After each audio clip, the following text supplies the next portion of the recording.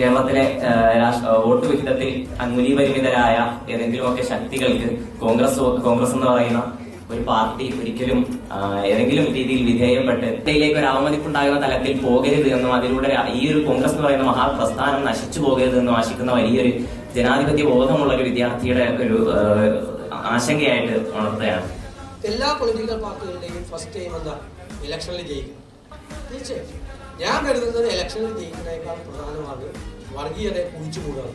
ഇലക്ഷനിൽ തോറ്റുന്ന സാധനം വർഗീയത കുഴിച്ചുകൂടുക.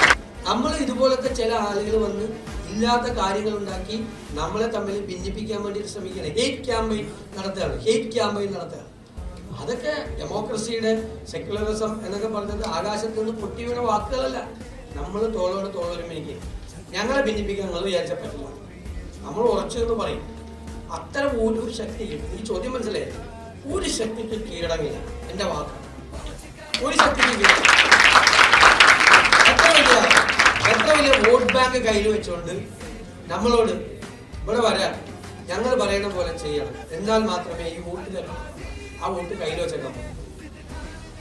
വർഗീയത പറഞ്ഞു എനിക്ക് കുഴപ്പമില്ല. എനിക്ക് സന്തോഷം, സ്നേഹം പോലെ